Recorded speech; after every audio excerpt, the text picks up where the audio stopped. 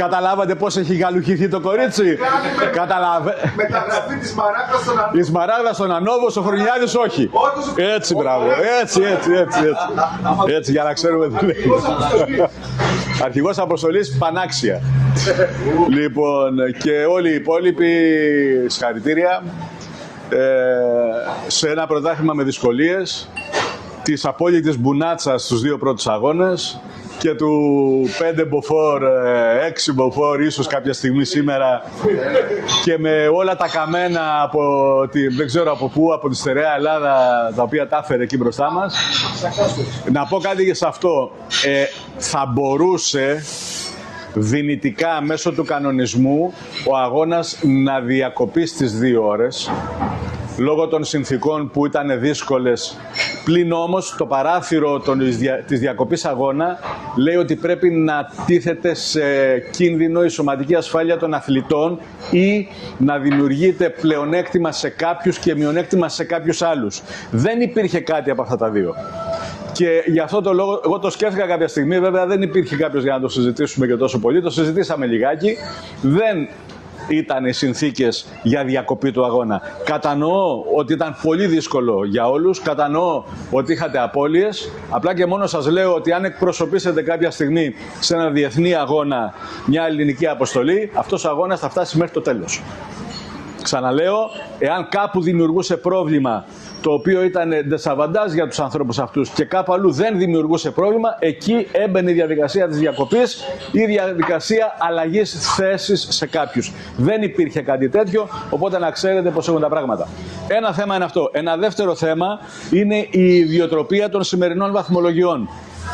Οι βαθμολογίες έχουν προβλέψει, άμα δείτε τον κανονισμό, το απόσπασμα το έχω, μπορείς να το μεταφέρεις στην ομάδα Σπύρου, αυτό που σου στείλα. Ο κανονισμός λέει τα εξής. Όταν υπάρχει ισοβαθμία σε έναν αγώνα χωρίς αλλιεύματα, τότε όσοι δεν έχουν αλλιεύματα αθρίζεται ο αριθμός τους και διαιρείται δια του αριθμού τους. Δηλαδή, παραδείγματος χάρη, έχουμε σε έναν τομέα 2 άτομα τα οποία έχουν αλλιεύματα. Αυτοί παίρνουν κατάταξη. Στο δικό μας που είχαμε άλλους 3 που δεν παίρνουν κατάταξη, αθρίζουμε το 3, το 4 και το 5 και διαιρούμε δια 3. Καταλαβαίνετε τι λέω? Γι' αυτό και θα δείτε στη βαθμολογία ότι όλοι χωρίς αλλιεύματα θα πάρετε 4 βαθμούς. Κατανοητό? Απόλυτα? Τι με κοιτάς εσύ, παιδί μου? Τι σε κοιτάω, εγώ το έχω φτιάξει.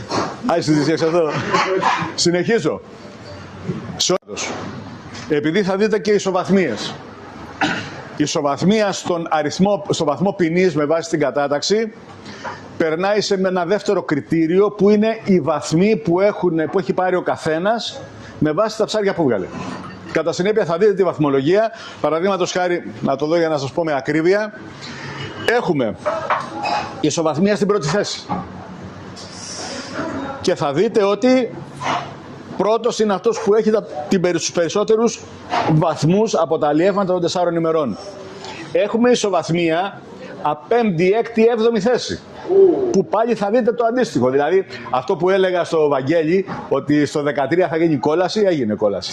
Και όπως επίσης έγινε κόλαση και στην κορυφή, όπου είχαμε ισοβαθμία 2 ατόμων και με βάση τα ψάρια που αλλιεύτηκαν και μάλιστα συγκεκριμένα ένα τελευταίο ψάρι που αλλιεύτηκε. Ένα ήταν ή 2, ρε? Ένα ήτανε, έκανε τη διαφορά. Δηλαδή είναι αστείες οι διαφορές. Οπότε έτσι έχουμε τα πράγματα. Θέλετε κάτι να ρωτήσετε? Εγώ δεν έχω να πω κάτι άλλο σε ό,τι αφορά το διαδικαστικό. Όλα αυτά είναι με βάση τον κανονισμό. Ο κανονισμός είναι εκεί. Οπότε τον έχει περάσει στην ομάδα. Κατά συνέπεια μπορείτε να το ελέγξετε ότι όλα αυτά που σας λέω είναι νομότυπα 100%. Κάτι που θέλετε πάνω σε αυτά? Όλα καλά? Προχωράμε στη διαδικασία των απονομών. Η διαδικασία των απονομών έχει διάφορα πραγματάκια σήμερα. Τι έχει?